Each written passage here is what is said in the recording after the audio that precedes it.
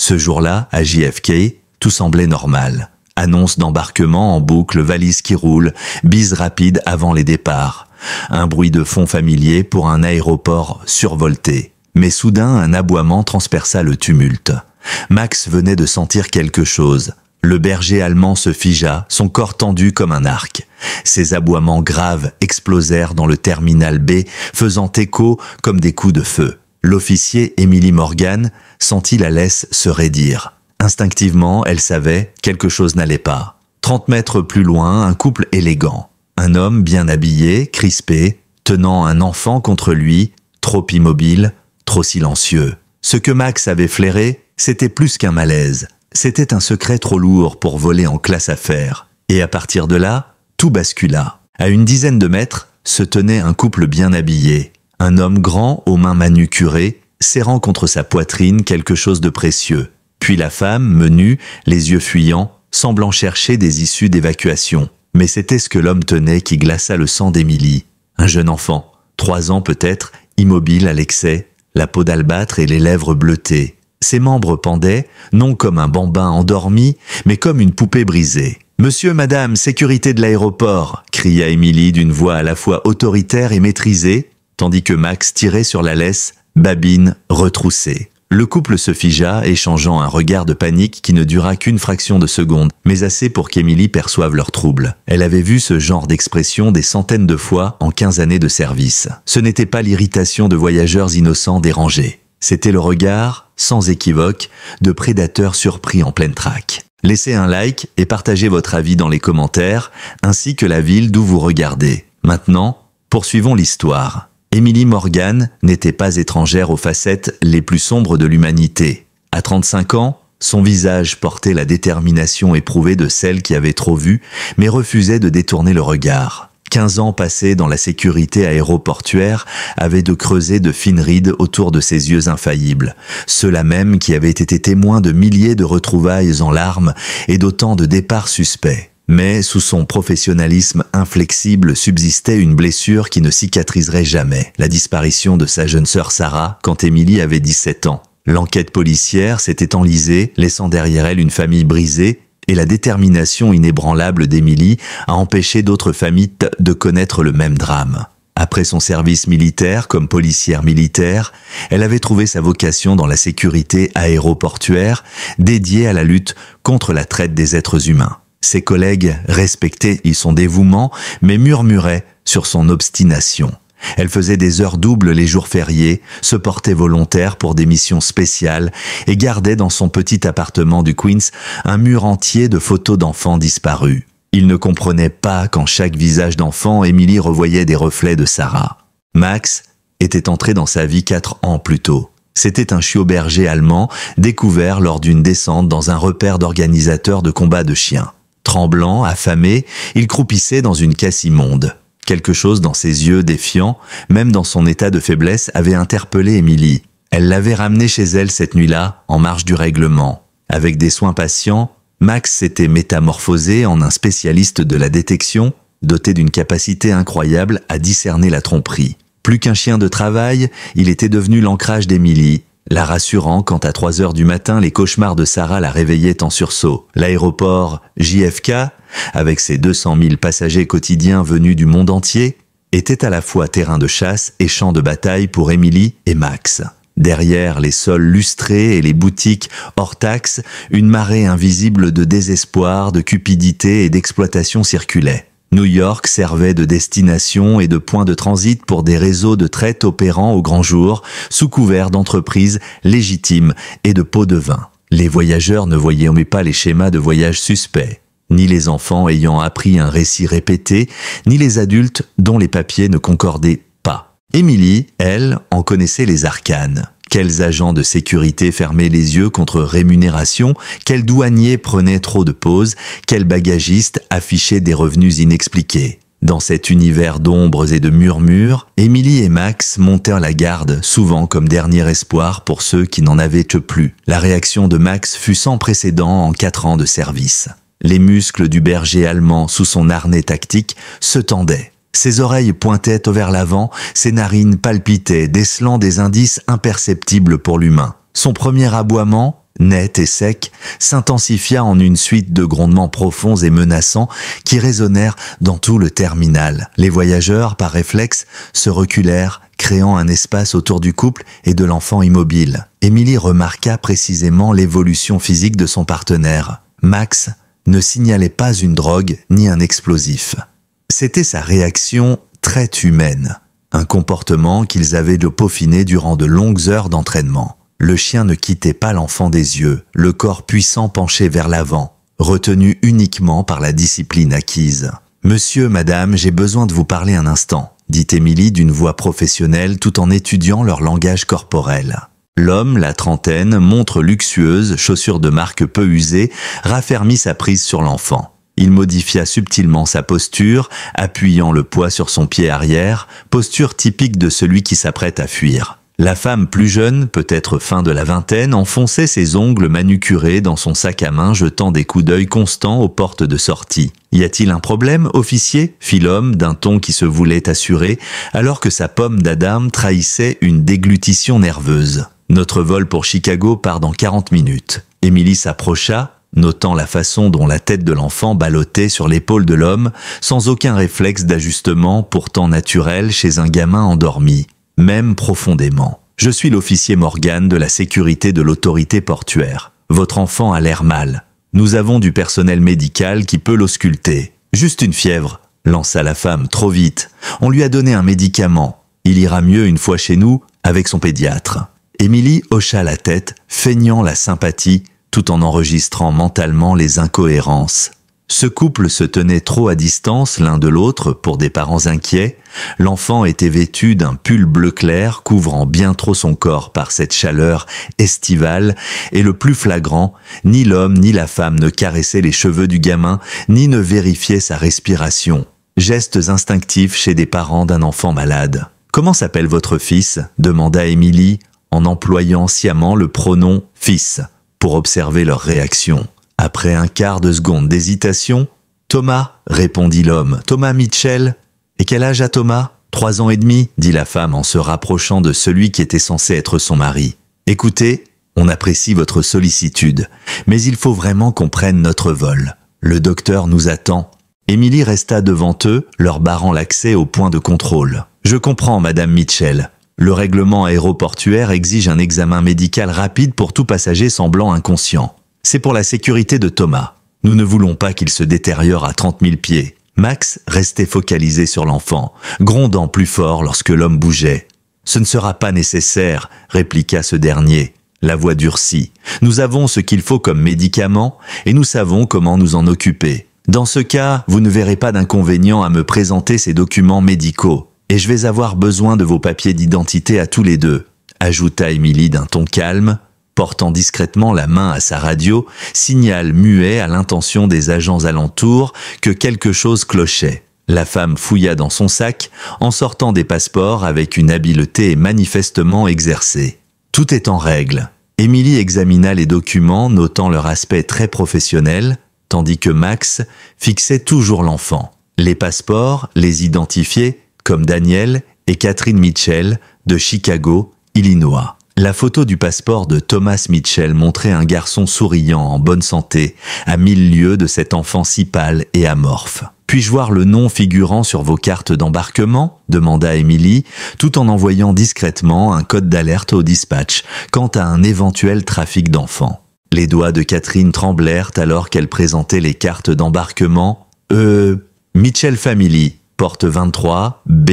Émilie remarqua un infime défaut dans la reliure du passeport, invisible pour un œil non entraîné, mais évident pour quiconque avait manipulé des milliers de documents de voyage. Elle devait séparer ces deux individus, procédure classique pour des suspects de traite. « Monsieur Mitchell, autoriseriez-vous notre infirmier à prendre simplement la température de Thomas ? C'est la règle pour un enfant ayant l'air inconscient. » précisa-t-elle en désignant le poste de premier secours où l'agent James Rivera flânait prévenu par son code. La mâchoire de Daniel se contracta. « Je vous dis qu'on va bien. On n'a pas besoin. »« Oh, on n'a pas besoin ? Il ne respire pas correctement !» s'écria soudain Catherine, la voix brisée, perdant son calme. « Je vous en supplie, on doit l'emmener à Chicago. »« Catherine, tais-toi !» gronda Daniel, basculant l'enfant sur son autre bras. Le ton changea du tout au tout. Émilie posa la main sur son arme, sans la dégainer mais affirmait clairement son autorité. « Monsieur, suivez-moi tout de suite. Votre enfant a besoin de soins médicaux urgents. » Le regard de Daniel fusa dans le terminal, évaluant les possibilités d'évasion. Le flot de passagers continuait autour d'eux, ignorant du drame qui se jouait. 3 battements de cœur parurent suspendre le temps dans cette lumière artificielle, puis l'explosion se produisit. Daniel projeta Catherine sur Émilie et s'enfuit, toujours l'enfant inerte dans ses bras. « Cours, ils savent !» hurla-t-il, bousculant un groupe de passagers effrayés. Max réagit sans hésitation et bondit, mais Émilie le rappela d'un ordre rapide. « Reste avec elle !» Le chien fit volte-face, retenant Catherine contre le mur, seulement par sa présence imposante et un grondement menaçant. La voix d'Émilie domina le brouhaha. « Alerte de sécurité terminal B, suspect en fuite avec un enfant en danger. Bouclez toutes les sorties. » Daniel courait à vive allure, repoussant un vieil homme, enjambant une rangée de sièges. L'enfant ballottait, la tête inanimée retombant à chaque foulée. Les passagers s'écartaient. Certains filmaient la scène avec leur téléphone, d'autres se collaient au mur. Émilie réduisait la distance. Ses entraînements quotidiens de 5 km et sa formation tactique portèrent leurs fruits. « Halte, sécurité !» cria-t-elle, sachant qu'il n'obéirait pas, mais voulant que des témoins entendent l'injonction. Daniel atteignit les portes du parking. En jetant un coup d'œil paniqué en arrière, il offrit à Émilie la fraction de seconde dont elle avait besoin pour le plaquer au sol, pivotant pour amortir le choc et protéger l'enfant de la chute. Ils heurtèrent le sol avec un roulé maîtrisé. Émilie verrouilla aussitôt Daniel avant de récupérer l'enfant. Tandis que d'autres agents arrivaient, Émilie releva délicatement le garçon inerte. Sa peau était froide, son pouls faible. Ses pupilles réagissaient à peine à la lumière. Quelque chose de grave lui avait été administré. « Du renfort médical, immédiatement !» aboya-t-elle, serrant le petit corps, alors que Daniel, menotté, pestait et se débattait. « Et qu'on m'amène la femme, je dois savoir ce qu'ils ont donné à cet enfant. » Quand l'équipe médicale arriva, Émilie contempla le visage innocent du garçon. Elle se fit une promesse silencieuse, la même qu'elle formulait depuis la disparition de Sarah. « Je découvrirai qui t'a fait ça et je leur ferai payer. » Le parking résonnait des bruits de lutte, alors que Daniel Mitchell, aussi tant est que ce fût son vrai nom, se débattait sous la pression des officiers. Émilie se tenait à l'écart, l'enfant serré contre elle, pendant que les ambulanciers arrivaient avec un brancard. Max, arrivé sur place avec Catherine sous bonne garde de l'agent Rivera, fixait la scène. La femme sanglotait sans retenue. « La tension chute, le pouls est filant », annonça le chef des ambulanciers après un bref examen de l'enfant. Probable overdose de sédatifs. On doit l'évacuer. Ils posèrent efficacement le garçonnet sur le brancard, branchant appareils de monitoring qui émirent des bips inquiétants. Émilie reporta alors son attention sur Daniel, qu'on maintenait désormais menotté. Son costume dispendieux était déchiré à l'épaule et du sang perlait sur sa lèvre fendue, due à la chute.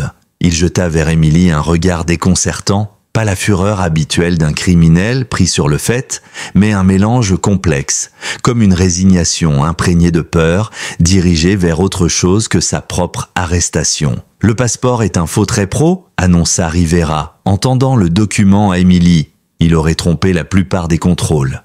Mais le filigrane ne renvoie pas la lumière correctement. Et pour l'acte de naissance du petit, c'est pareil, reprit-il. Numéro inexistant dans l'Illinois. Émilie hocha la tête, toisant Daniel. « Qui est cet enfant ? Et ne me sortez plus de mensonges du genre « c'est votre fils ». La mâchoire de Daniel se contracta. Ses yeux dérivèrent vers Catherine, assise sur un muret, hoquetant en silence. « Vous risquez des poursuites fédérales pour trafic, poursuivit Émilie. 20 ans minimum. Collaborez dès maintenant et peut-être, seulement peut-être, on pourra négocier quelque chose. Vous ne comprenez pas dans quoi vous mettez les pieds. » Lâcha Daniel, la voix basse et tendue. « Vous devez nous relâcher pour votre propre sécurité. Pour la sécurité de tous ?» Émilie se pencha. « Je vois très bien. Un enfant drogué, presque jusqu'à l'arrêt respiratoire, des faux papiers, une tentative de fuite. Ce que j'ignore, c'est qui vous emploie et où vous comptiez l'emmener. » Quelque chose changea dans le regard de Daniel. Un éclair semblant de remords. « On n'est que des livreurs? On ne les maltraite pas ?»« Des livreurs ?» répéta Émilie, assimilant ce premier aveu suggérant un réseau plus vaste. « Pour qui ?» Avant qu'il ne réponde, un SUV noir débarqua en trombe dans le parking, crissant sur le béton. Les agents pointèrent leurs armes, ordonnant au conducteur de s'arrêter, mais le véhicule accéléra. « À terre !» hurla Émilie, se jetant contre Catherine pour la mettre à couvert, tandis que Max se plaçait en posture défensive, grondant face à la menace. Le SUV fit une embardée soudaine, esquivant les officiers pour foncer vers l'ambulance où l'on chargeait l'enfant. En un clin d'œil, Émilie capta un mouvement sur l'étage supérieur du parking. Un reflet métallique dans l'ombre. Le claquement d'un tir de fusil haute précision résonna dans la structure de béton. Le corps de Daniel fut secoué d'un spasme brutal. Sa chemise blanche s'imbibant de rouge à une vitesse effroyable alors qu'il s'effondrait. Le sang s'étendit à ses pieds, les officiers se jetant à couvert, armes dirigées tour à tour vers le SUV et vers l'origine du tir invisible. Tireur embusqué, un officier touché, beugla quelqu'un dans le talkie. Techniquement, Daniel n'était pas un officier, mais un suspect désormais à l'agonie sur le sol du parking. Le SUV disparut, pneus crissant dans la rampe de sortie. Émilie, rampant, pressa ses mains contre la blessure thoracique de Daniel. Le projectile avait été mortel. Les yeux du blessé se voilaient déjà, du sang moussait à ses lèvres. « L'ombre » balbutia-t-il, ses doigts agrippant faiblement le poignet d'Émilie. « Entrepôt 42 » Son dernier souffle s'échappa alors que son regard se figeait, comme fixé sur un point qu'Émilie ne pouvait voir. Le garage se transforma aussitôt en scène d'opération. Sécurisation du périmètre, équipe médicale confirmant ce qu'Émilie savait déjà, déploiement du SWAT à la recherche d'un sniper probablement déjà parti. Le hurlement de Catherine coupa le brouhaha des communications radio. « Non, Dany, mon Dieu, non !» Luttant contre ses liens, elle tomba à genoux, l'agent Rivera la retenant. « Ils l'ont tué, ils vont tous nous tuer !» Émilie la rejoignit, serrant ses épaules. « Qui, Catherine, qui veut vous tuer ?» Le maquillage de la jeune femme coulait en traînées noires. Son corps tremblait d'effroi. L'organisation dans l'ombre, ils sont partout. Police, gouvernement, entreprise, ils détiennent notre fille. Sa voix se brisa sur ce mot, sombrant dans des sanglots confus. Émilie ressentit un choc physique comme un coup. Ce n'était pas un couple de trafiquants aguerris, ou pas uniquement. Des parents contraints sous la menace. Cela expliquait tant d'incohérences dans leur comportement. Ce mélange d'angoisse et de détermination désespérée. « Votre fille », reprit Émilie, tentant de conserver une voix calme malgré l'horreur qu'elle les éprouvait. « Ils l'ont enlevée, vous obligeant à convoyer cet enfant, c'est bien ça ?» Catherine hocha frénétiquement la tête. « Lily, elle a 4 ans. Ils nous ont montré une vidéo ce matin prouvant qu'elle est encore en vie. Ils ont dit que si on livrait le garçon à Chicago, on la retrouverait. Dany n'y croyait pas. Il disait qu'une fois qu'on était complices, il nous lâcherait-il pas. Mais on n'avait pas le choix. C'est notre petite... » Les secours examinèrent Catherine pour un choc, tandis qu'Émilie digérait l'information catastrophique. L'organisation menaçait des parents vulnérables pour assurer leur propre chaîne de transport. C'était un nouveau niveau de machiavélisme. « Le garçon ?» fit Émilie, regardant l'ambulance où l'équipe médicale s'activait. « Qui est-il? Où l'avez-vous récupéré? On ne sait pas. Ils nous ont passé ses papiers hier. Ils disaient qu'il venait d'un orphelinat d'Europe de l'Est. Marchandise de grande valeur, c'est comme ça qu'ils disaient. Il était déjà drogué. Ils nous ont assuré qu'il resterait inconscient jusqu'à la livraison. » Émilie réprima le bouillonnement de rage pour garder son professionnalisme. « Et l'entrepôt 42 ?» C'est ce que Dany a dit avant de mourir. Les yeux de Catherine s'agrandirent. « J'ignore de quoi il s'agit. On devait seulement se rendre dans une clinique à Chicago, Lakeside Pediatric Associates. C'est Dany qui gérait tous les détails. » Le regard de la jeune femme retourna vers le corps de son mari, déjà photographié par la police technique. « Mon Dieu, qu'est-ce qui va arriver à Lily maintenant ?» C'est alors que le commandant Wilson, le supérieur d'Émilie, arriva, l'air grave, sous ses cheveux poivre et sel. Il balaya la scène d'un regard, le cadavre, la femme hystérique, l'enfant en détresse et les agents s'affairant. « Morgan, rapport !» lança-t-il en l'entraînant à l'écart. Max resta près d'Émilie, toujours sur le qui-vive, malgré la tension désormais retombée. Émilie fit un résumé rapide. La mort de Daniel et ses derniers mots, l'aveu de Catherine sur le chantage à l'enfant. Wilson grimaça, prenant des notes dans un calepin. « Le tireur ? Demandez ? En fuite. Le SWAT ratisse la zone, mais vu la précision du tir, ça devait être un pro. Discret, rapide. Wilson acquiesça, le visage impassible. Et le gamin, stable, d'après les ambulanciers, mais profondément sédaté, probablement des benzodiazépines. Il est transporté à l'hôpital Merci. Rivera les accompagne. Bien joué pour la maîtrise de la situation, lança Wilson d'un ton étrangement formel, trop mesuré face à l'horreur ambiante. Je reprends les choses en main. Retournez au QG, rédigez votre rapport circonstancié, avec tout ce que la femme vous a dit. Émilie hésita. Mon commandant, sans vouloir vous contredire, je devrais poursuivre l'interrogatoire de Catherine. Elle répond à mes questions, et la vie d'une fillette est en jeu. C'est un ordre, Morgan, trancha Wilson, la voix plus dure. Nous avons des procédures. Je vais personnellement m'occuper de l'audition de cette femme, et coordonner avec la police de Chicago concernant cette clinique. Émilie, la mort dans l'âme, se prépara à obtempérer. Son téléphone vibra à cet instant. Elle s'attendait à un SMS de Rivera au sujet de l'état du garçon. Elle découvrit à la place le portable de Daniel posé sur la table d'épreuve, dont l'écran venait de s'allumer pour afficher un nouveau message.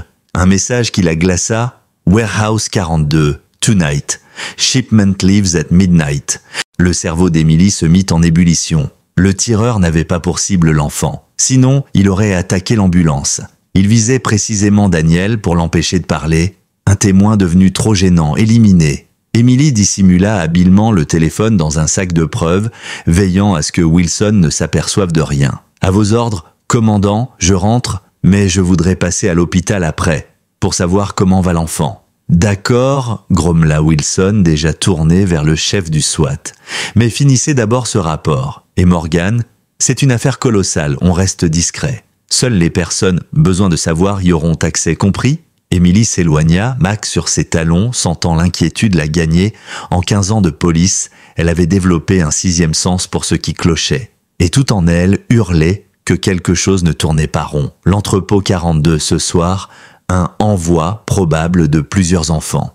Il lui restait quelques heures pour localiser ce lieu, comprendre ce à quoi elle se heurterait et décider en qui elle pouvait avoir confiance. Une certitude s'imposa. Cette organisation tentaculaire possédait des ramifications dans des sphères qu'Émilie pensait sûresses. Le fait que Wilson la tienne ainsi à l'écart n'évoquait pas une simple procédure. Ça sonnait plutôt comme de l'entrave. Près de sa voiture, Émilie s'agenouilla auprès de Max, le caressant derrière l'oreille. « Je crois qu'on se prépare à une sacrée tempête, mon grand. Mais on ira avec ou sans renfort. » Le chien plongea ses yeux dans les siens. Déterminé, un reflet du feu intérieur qui animait Émilie depuis la disparition de Sarah. Ce n'était plus une simple enquête, cette fois c'était personnel.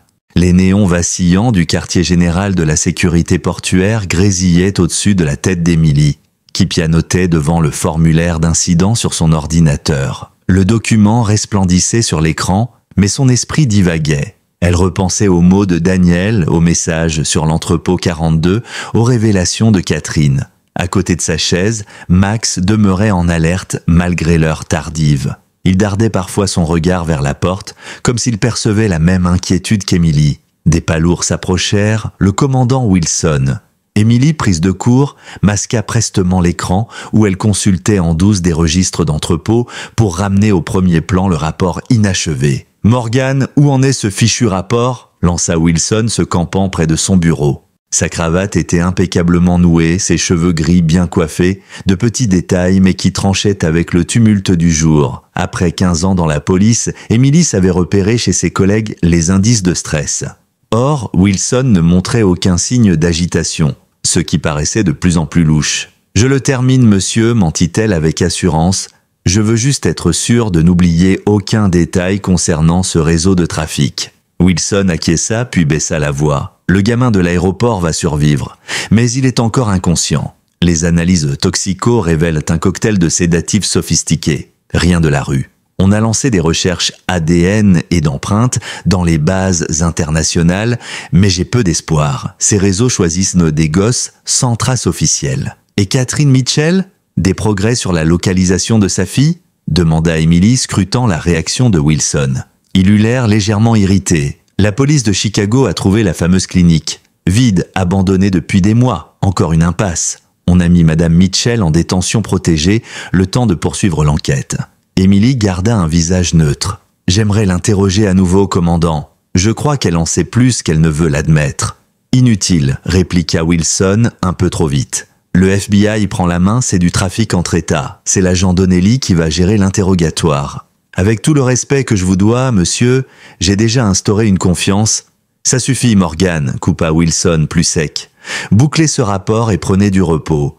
Votre journée a été éprouvante. » Alors qu'il repartait, Émilie remarqua un SMS apparaître sur son téléphone pro, dépassant de la poche de sa veste. « Clean up required, she knows too much. » Nettoyage requis, elle en sait trop. Les battements du cœur d'Émilie s'emballèrent. Elle s'obligea à l'indifférence, recollant son masque professionnel, tandis que le sol se dérobait sous ses pieds. Il ne s'agissait pas juste de complicité au sein de la police.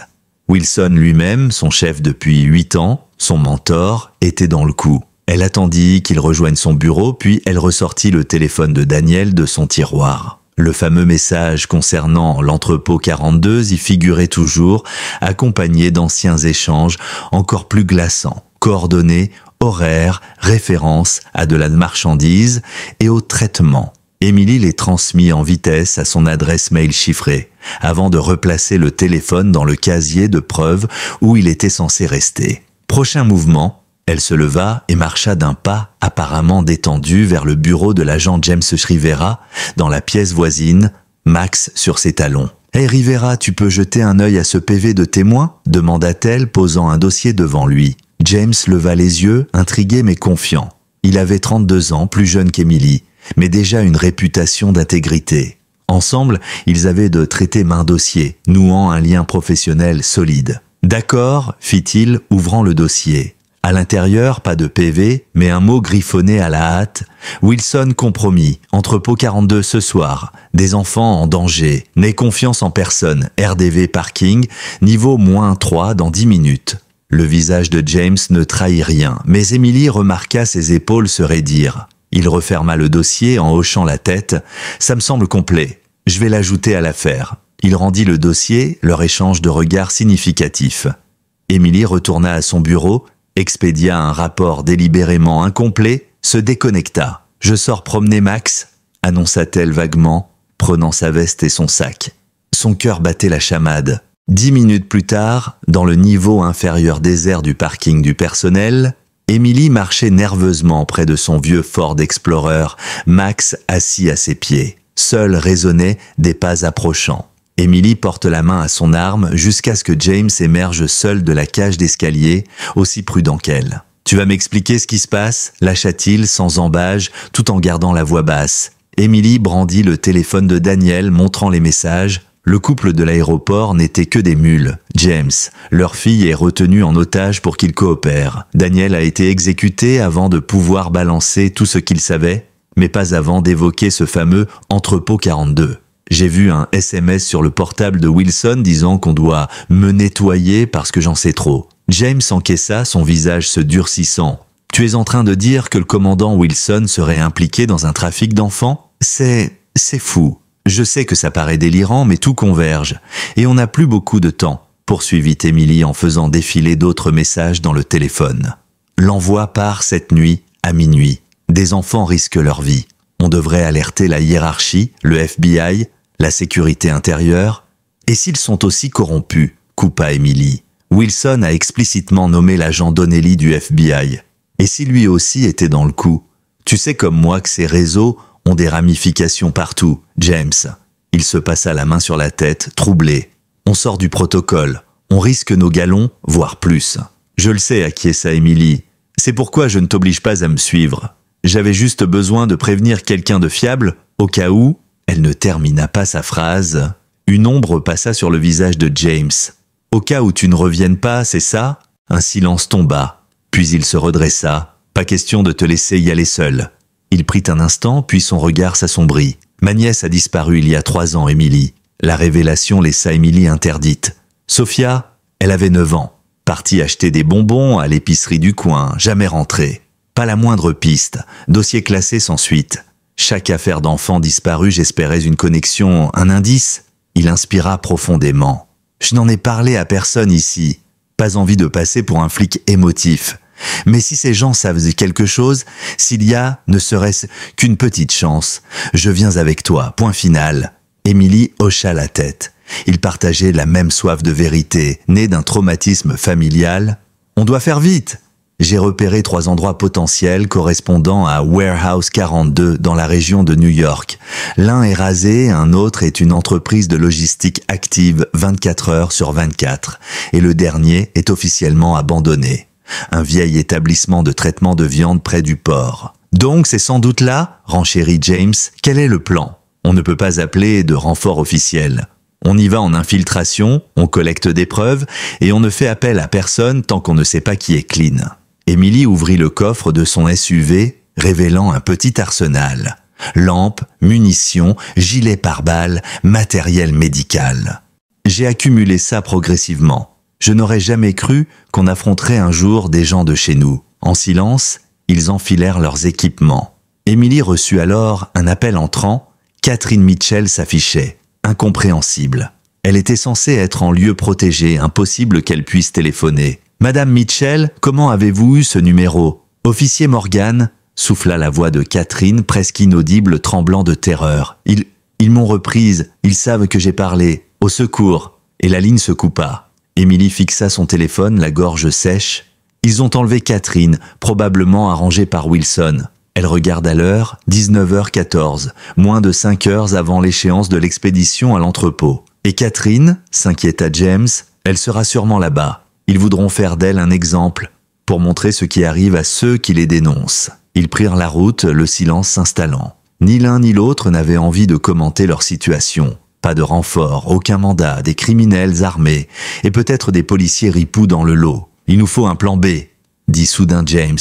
Quelqu'un en dehors de la police à qui transmettre ce qu'on découvrira au cas où on ne reviendrait pas. Émilie acquiesça. J'ai un contact au New York Times, une journaliste d'investigation spécialisée dans la corruption. Je vais lui envoyer nos infos en lui demandant de tout publier si elle n'a pas de nouvelles de nous demain.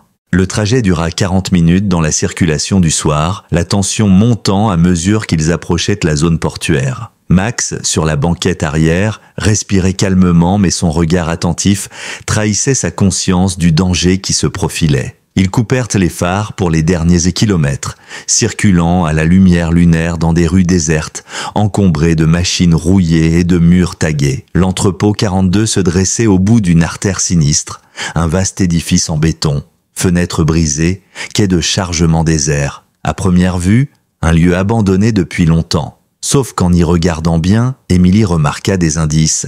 Traces fraîches de pneus, une chaîne récemment sectionnée sur un accès latéral, un halo lumineux derrière du papier posé aux vitres. 2 véhicules derrière le bâtiment, nota James en observant aux jumelles. Un SUV noir, peut-être celui de l'aéroport, et un van blanc, sans logo. Il y a un garde à la porte principale et un autre qui patrouille près du quai, ajouta Émilie. Armés, armes de poing, sûrement plus dans leur veste. Pas de petits amateurs. Ils revinrent à la voiture, étalant un plan satellite sur le capot. 3 entrées principales, probablement gardées, remarqua Émilie. Mais il y a une trappe de maintenance sur le toit, avec un escalier de secours non indiqué sur les plans originaux. Sans doute ajouté lors de rénovation. C'est notre voie, approuva James. Ça nous donnera un accès discret à l'étage pour repérer avant d'intervenir. Émilie vérifia son arme une ultime fois. On observe seulement, à moins d'un péril immédiat. On doit comprendre ce qui se passe et engranger assez de preuves pour alerter des fédéraux non corrompus. Et si on croise Wilson ou d'autres flics, on collecte des preuves, on se retire. Les affronter sans savoir combien ils sont armés serait suicidaire. On a besoin de renforts légitimes. Ils se préparèrent. Émilie équipa Max de son harnais tactique, incluant une mini-caméra et un mini-kit médical pour chien. « Sois prudent, mon grand », murmura-t-elle en lui grattant la tête. « On est seul dans cette galère. » Le chien lui lécha la joue, comme pour signifier qu'il avait compris. Ils progressèrent en silence, se dissimulant derrière des containers et des vieilles caisses. Au fur et à mesure de leur avancée, la ville semblait s'estomper, comme si ce coin était hors du temps. Un bruit étouffé parvint soudain. Le sanglot d'un enfant aussitôt étouffé. Émilie et James s'échangèrent un regard sombre. Ils étaient sur la bonne piste. L'ascension de l'escalier de secours fut un exercice de discrétion extrême. Chaque barreau métallique était testé pour éviter tout grincement. Une fois sur le toit, ils trouvèrent la porte de service fermée par un cadenas. James sortit un jeu de crochet de sa veste tactique. Avantage d'une adolescence un peu turbulente, sourit-il, tout en crochetant rapidement la serrure. La porte s'ouvrit dans un cliquetis discret, et ils entrèrent. Un couloir sombre où planait une odeur de moisi et d'asepsie, surprenante en un tel lieu. Max redressa les oreilles, humant l'air, et les guida à travers un labyrinthe de bureaux désertés. Au bas d'un escalier, des bruits se firent plus nets. Conversations feutrées, chocs métalliques et ce qui ressemblait à des gémissements d'enfants. Ils descendirent lentement. Le vaste espace central, autrefois un entrepôt de viande, grouillait d'activité. Les lieux avaient été reconfigurés, des cloisons provisoires créant plusieurs sections. Par l'entrebâillement d'une porte, Émilie discerna un centre de traitement improvisé. Bureau avec ordinateur, matériel photo, pile de documents. Au centre, la vision fut plus atroce encore, de grandes cages grillagées, dimensionnées pour des enfants qui n'y pouvaient tenir debout. Certaines renfermaient des petits recroquevillés, d'autres étaient du vide. Sur le côté, un poste médical sommaire avec table d'examen et produits pharmaceutiques. Il les prépare d'ici, chuchota James, la gorge serrée, pour leur donner de nouvelles identités avant de les expédier. Émilie, le visage contracté de rage, prit des clichés discrets avec son téléphone crypté. On doit s'approcher, voir si Catherine ou sa fille sont là. Ils longèrent une passerelle surélevée dominant la zone, immortalisant la scène. Enfants photographiés pour de faux papiers, injections forcées, visage en pleurs à travers les barreaux. Puis, Émilie reconnut, plus bas, le commandant Wilson qui se déplaçait en toute aisance, donnant des ordres. À ses côtés, une femme en blouse de labo désignant le poste médical. Émilie enclencha le micro directionnel de son téléphone. « La qualité des derniers arrivages est excellente », affirma la femme. « Le pipeline européen livre comme promis, enfants en bonne santé, traces minimes, forte valeur marchande. » Wilson acquiesça. Le client de Chicago s'intéresse particulièrement à la petite Mitchell, groupe sanguin rare, parfait pour leurs besoins. Elle est prête. Extraction à minuit avec 6 autres. La liquidation du père nous a un peu compliqué la tâche, mais rien d'insurmontable. Quant à la mère, la femme esquissa un rictus glacial, un excellent exemple pour ceux qui envisageraient de parler. La main d'Émilie se crispa sur son arme. Wilson et la doctoresse s'éloignèrent vers une zone reculée. Émilie lança un regard à James qui fit signe de surveiller la scène principale pendant qu'elle les suivait discrètement. Avec Max, elle progressa pour les épier, documenter leurs actes. Wilson pénétra dans un bureau fermé, rejoignant 3 autres personnes en costume, autour d'une table chargée de dossiers et d'un ordinateur. Émilie blêmit. « C'est le juge Harrison », souffla-t-elle, reconnaissant un magistrat influent, et le maire adjoint Collins. La corruption montait jusqu'au plus haut niveau de la ville. Émilie en avait vu assez. Ils possédaient des preuves accablantes, de quoi faire tomber tout le réseau. Elle fit signe à James qu'ils devaient se retirer. Ils aviseraient de plus tard quel service fédéral, vierge de toute infiltration, saisir. Cependant, avant qu'ils ne battent en retraite, Max se mit à grogner, le poil hérissé. Une voix tonitruante claqua dans les haut-parleurs. « Intrusion au niveau supérieur, tout le personnel. Protocole de confinement, immédiatement. » Le hangar fut inondé de lumière crue. Émilie et James se jetèrent derrière une pile de caisses, aveuglés, tandis que le lieu sombrait dans le chaos. Les gardes sortirent leurs armes, les employés s'affairèrent à effacer les données. Et le pire, des infirmiers s'empressèrent d'emmener les enfants plus loin sous la contrainte. « Ils déplacent les gosses » murmura Émilie, le cœur serré. « On ne peut pas les laisser faire. 12 gardes visibles au moins, estima James. Armes de poing, peut-être plus. On est largement en sous-effectif, Morgan. » Max, collé à Émilie, veillait, silencieux, captant la moindre menace. « Il faut se séparer », décida Émilie, entendant déjà le martèlement de bottes dans les escaliers. « Je fais diversion. Toi, tu trouves Catherine et tu sécurises les enfants. Prends un max de photos, de preuves. On se retrouve à la sortie Est, dans 15 minutes. Si je ne viens pas, tu continues seul. » James hocha la tête, comprenant l'enjeu. Ils se serrèrent la main brièvement, puis il disparut par une porte de service, tandis qu'Émilie et Max filaient à l'opposé. Émilie envoya un message d'urgence préenregistré à sa correspondante du New York Times avec pièces jointes, photos, enregistrements. Des gardes passèrent en dessous de la passerelle, armes au poing, formés militairement. « Trouvez-les. L'ombre veut des prisonniers si possible, mais ne prenez aucun risque, ils en savent trop. » L'ombre songea à Émilie, le même nom dont Catherine avait parlé. Le chef suprême, arrivé près d'un panneau électrique, Émilie se rappela que, face à la supériorité numérique, la meilleure arme restait la confusion. Patientant que 3 hommes passent juste en dessous, elle tira 2 balles précises dans l'interrupteur général. Des étincelles jaillirent, l'entrepôt replongea dans l'obscurité, seules des lampes de secours rougeoyaient faiblement. Cris, agitation. Des générateurs tentèrent de se relancer. Profitant de ce répit, Émilie s'élança, Max sur les talons, vers l'aile où étaient enfermés les enfants. Des balles claquèrent, ricochant sur le métal. Le bâtiment se mua en labyrinthe étouffant. Au détour d'un couloir, un garde faillit la surprendre.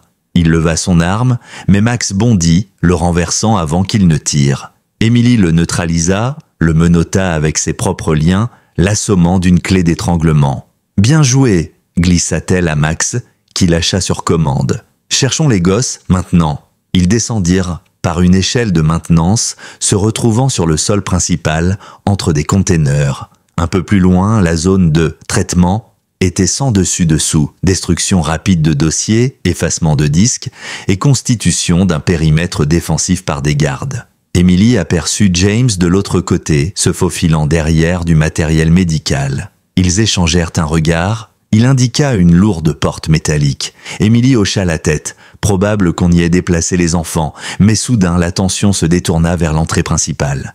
Le commandant Wilson traversa la salle aboyant des ordres, tel un chef sûr de lui. « Accélérez le départ ! On doit exfiltrer la marchandise sous 30 minutes et détruire ce qu'on ne peut pas emmener. Pas de traces. » La mention de marchandise, pour parler d'enfants, révolta Émilie. Wilson discuta brièvement avec une silhouette grande, restée dans l'ombre. Émilie ne parvint pas à entendre, mais comprit que ce mystérieux individu exerçait sur Wilson une autorité manifeste. Profitant de la diversion, elle contourna la zone et parvint à une série de classeurs en cours de vidage dans des broyeuses.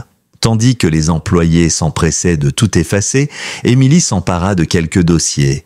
Photos, factures, descriptions d'enfants selon âge, caractéristiques, prix, la confirmation de ses pires craintes, un trafic international parfaitement organisé à grande échelle. Certains enfants destinés à des adoptions clandestines, d'autres à la prostitution, au travail forcé, ou pire, usage médical requérant des groupes sanguins ou des traits spécifiques. Un gémissement étouffé attira son attention derrière une cloison. Émilie découvrit Catherine Mitchell ligotée sur une chaise, le visage tuméfié. Leurs regards se croisèrent. Catherine eut un hoquet de surprise. « Officier Morgan, vous êtes venu ?» Émilie trancha ses liens. « Je vous sors de là. Votre fille, ils l'ont emmenée dans cette pièce à l'arrière, » sanglota Catherine. « Ils préparent au son transfert. S'il vous plaît, c'est tout ce qu'il me reste. » Émilie coupa les sangles, puis entendit des bruits de pas. Elle poussa Catherine derrière des caisses. « Ne bougez pas. » Un garde surgit, arma son pistolet. « Intrus, section 3, beugla-t-il. Émilie se laissa tomber à couvert. Les balles fusèrent, éclatant le bois et le métal. Max contourna l'assaillant selon la tactique répétée 100 fois, l'attaque arrière. L'homme s'écroula, désarmé par le chien, et Émilie le neutralisa d'une clé. D'autres pas approchèrent, précipités. Elle incita Catherine à se relever. « On file !» Elles coururent vers la porte métallique à travers un flot de tirs croisés. James apparut soudain d'une porte latérale offrant un tir de couverture. Les gardes, surpris par sa soudaine intervention, se mirent à couvert, permettant à Émilie, Catherine et Max d'atteindre la porte. « J'ai trouvé la base de données !» hurla James en brandissant un disque dur portable. Liste de clients, manifeste de transport, dossier financier, tout. Émilie utilisa la carte d'accès dérobée à un garde inconscient pour déverrouiller la porte. Derrière, l'horreur. Un quai de chargement où l'on empaquetait méthodiquement des enfants dans des caisses de transport modifiées, percées de trous d'aération. Certains pleuraient, d'autres, drogués ou en état de choc, restaient amorphes. « Lily !» s'écria Catherine, voyant une petite blonde qu'on s'apprêtait à forcer dans une caisse. « C'est ma fille !» Les employés se retournèrent, armes à la main. Mais Émilie et James réagirent au quart de tour, abattant les 3 agresseurs. Catherine se rua pour saisir Lily. s'effondrant en larmes. « Maman est là, ma chérie, c'est fini !» Émilie évalua la situation. 23 enfants, de 3 à 12 ans peut-être, certains déjà enfermés, d'autres groupés, effrayés. Le petit garçon de l'aéroport, groggy mais réveillé, était là. « Il faut tous les sortir », dit Émilie. Impossible de faire ça discrètement. James acquiesça. « Alors on ne le fera pas discrètement. On appelle tout le monde, FBI, police, douane. On crée un tel remue-ménage que même les pourris ne pourront l'étouffer. » Émilie hésita. Wilson avait des ramifications partout, c'était risqué.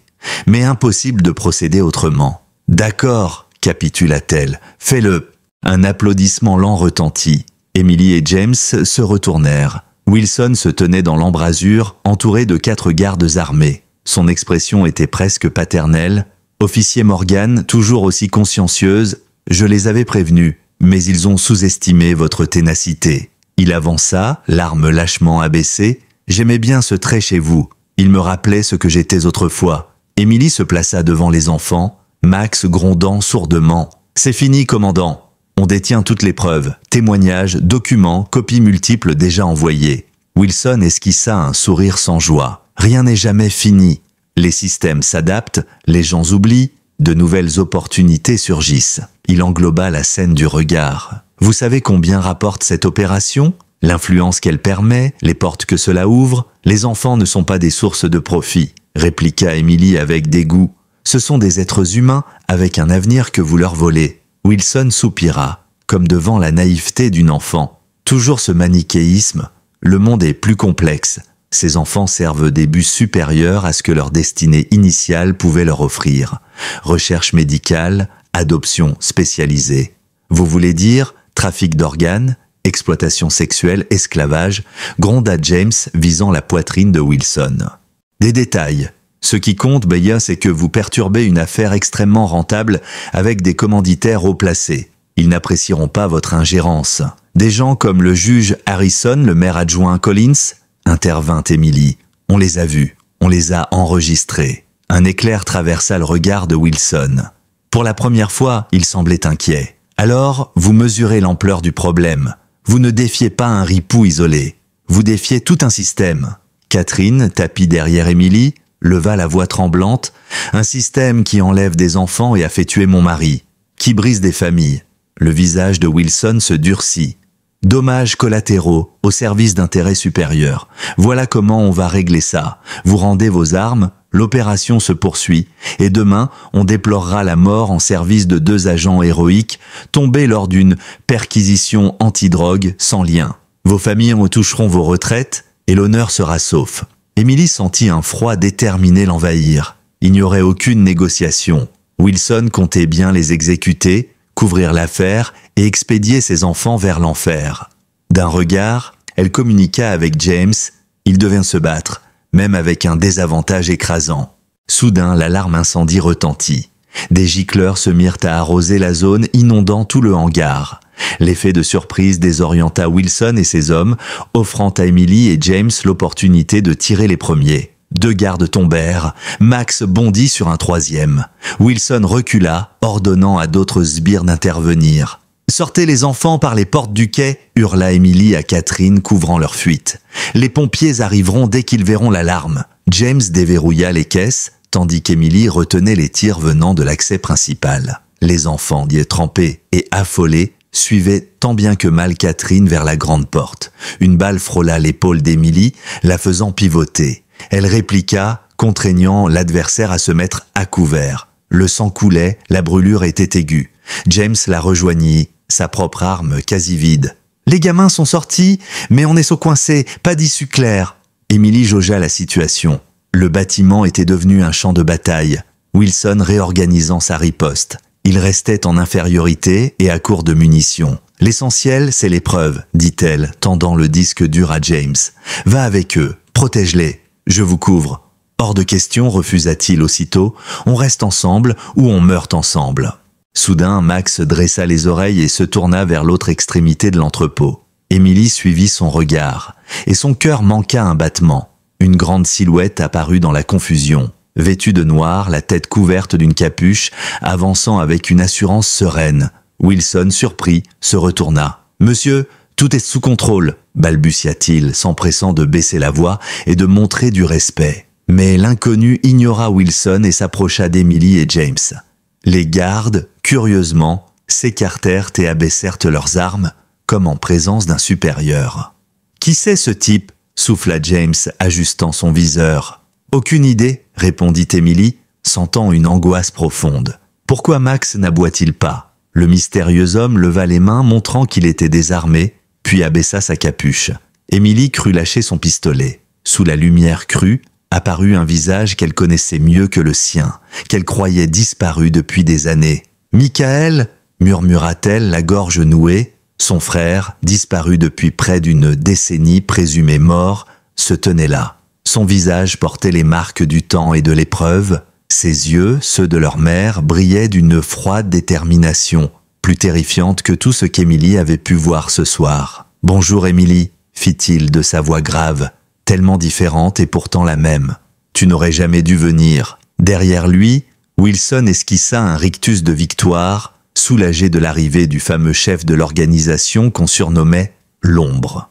Mais ce qu'il ignorait, et que nul ne pouvait comprendre, c'était que le cauchemar absolu d'Emily et son plus grand espoir venaient de se fondre en une même personne. Son frère était vivant, son frère était l'Ombre, son frère avait conçu l'horreur qu'elle s'employait à détruire. L'entrepôt rétrécissait autour d'Emily, les alarmes et coups de feu n'étant plus qu'un brouhaha lointain, tandis qu'elle fixait son frère Michael. Elle n'avait jamais cessé de le croire mort, et le découvrir à la tête de ce réseau lui coupa le souffle. « Conduis ces enfants dehors, James », lâcha-t-elle sans quitter Michael des yeux. « Je gère ici. »« Émilie, non ?»« Fais-le », répondit-elle, consciente que d'autres vies dépendaient de leur séparation. James et Max obtempérèrent à contre-cœur, laissant Emily face à Michael et aux hommes de main de Wilson. D'un signe, Michael leur ordonna de s'éloigner, annonçant qu'il devait parler seul à sa sœur. Wilson, confus, exécuta néanmoins l'ordre. Sous l'eau des gicleurs, Emily endura la douleur à son épaule blessée. « Tu nous as abandonnés, j'ai passé des années à chercher Sarah. » Le regard de Michael se troubla. « Vous n'étiez pas ma vraie famille. Nous étions des cobayes placés ensemble. » Emily s'indigna. « Tu oses tout justifier ? Ces enfants en cage, cette traite immonde ?» Il répondit d'une voix froide. « Tout est plus complexe. Je me suis infiltré pour détruire cette organisation de l'intérieur. Je me suis battu pour limiter les dégâts, mais tu viens de précipiter la riposte. » Un grondement secoua le hangar. L'odeur de brûlé signala que Wilson avait déclenché les explosifs pour effacer les preuves.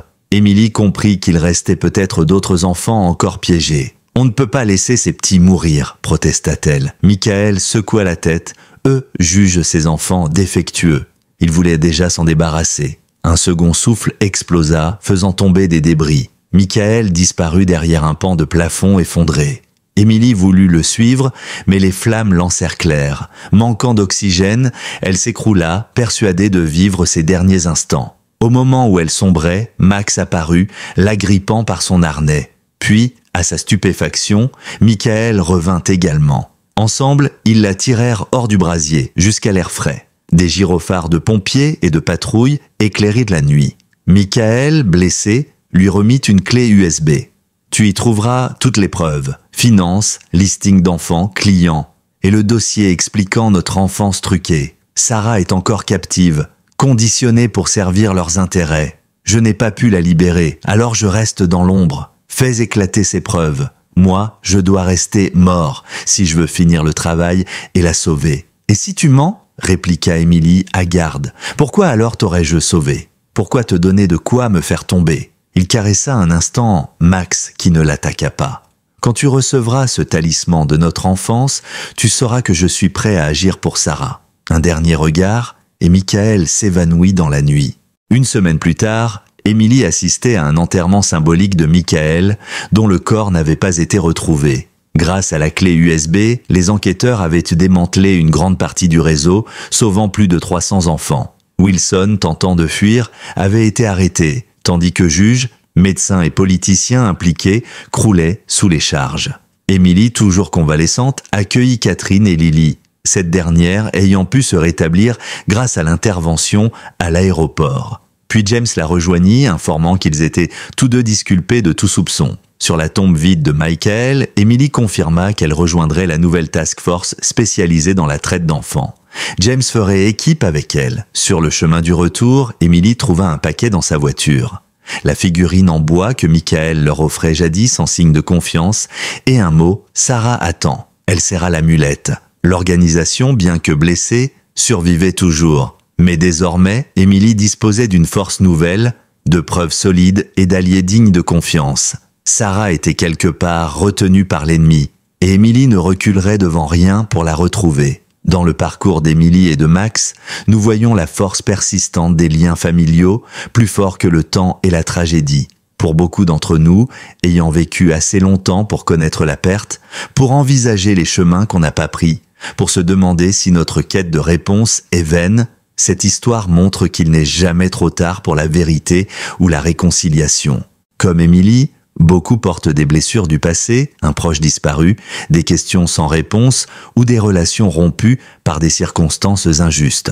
Sa persévérance nous enseigne que l'âge n'apporte pas seulement de la sagesse, mais aussi une résilience particulière, un courage de faire face à des vérités difficiles, d'accorder son pardon même si cela semble impossible, et de continuer de tendre la main au-delà des fractures. Ce sont là des cadeaux que seul le temps peut offrir. Le jour où Max a aboyé à l'aéroport, plus qu'une simple enquête criminelle commençait. C'était aussi le début d'un chemin de guérison. Rappelons-nous que nos vies ne sont jamais complètement écrites. Même dans nos années avancées, nous pouvons encore retrouver nos pièces manquantes, rebâtir des liens et surtout aider les autres à rentrer chez eux. J'espère que vous avez apprécié cette histoire. Abonnez-vous à la chaîne pour ne pas manquer d'autres récits. Laissez un like et dites-nous en commentaire ce que vous en avez pensé. À bientôt pour la prochaine vidéo.